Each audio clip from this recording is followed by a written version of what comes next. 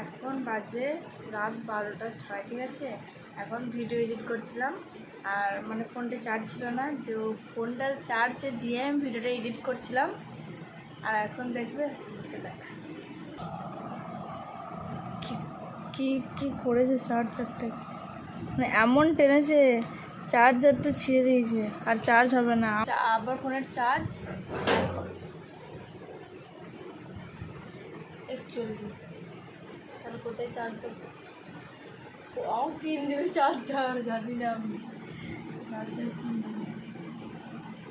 আমি নিজে থেকে নিয়েছি।